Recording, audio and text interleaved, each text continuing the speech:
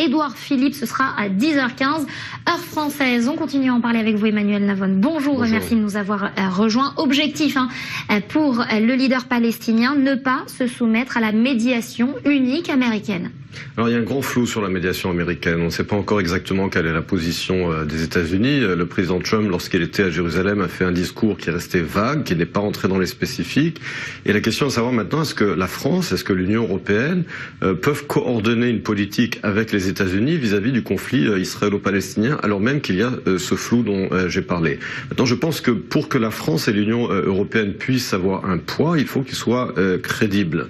Et lorsque Emmanuel Macron dit que les implantations sont la cause principale du problème et du conflit, c'est factuellement faux. Ça fait partie du problème, mais ça n'est évidemment pas le seul obstacle et le seul problème. Et je pense qu'il est important, comme l'ont fait les États-Unis d'ailleurs, de faire pression sur les deux parties. Lorsque l'administration Trump a parlé des implantations israéliennes, mais également de l'incitation à la haine dans les médias palestiniens. Il faut parler des deux aspects. Les États-Unis ont pu faire pression tour à tour sur les deux parties avec leurs moyens. Et vous l'avez dit, l'administration Trump qui reste assez floue sur les objectifs, en tout cas, auxquels il faut parvenir.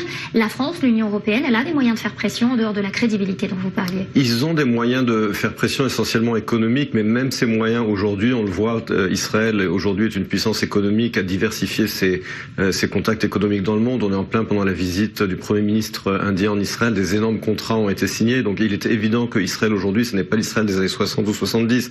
Israël aujourd'hui est une puissance économique avec des liens dans le monde entier, avec la Chine, l'Inde, etc. Et par conséquent, les capacités de pression de l'Union européenne, même si l'Union européenne est le principal partenaire économique d'Israël, sont limitées. Je pense qu'il est important que l'Union européenne soit crédible, une position équilibrée et fasse pression sur les deux parties et sorte de cette habitude de faire pression uniquement sur Israël. Merci Emmanuel, vous restez avec nous.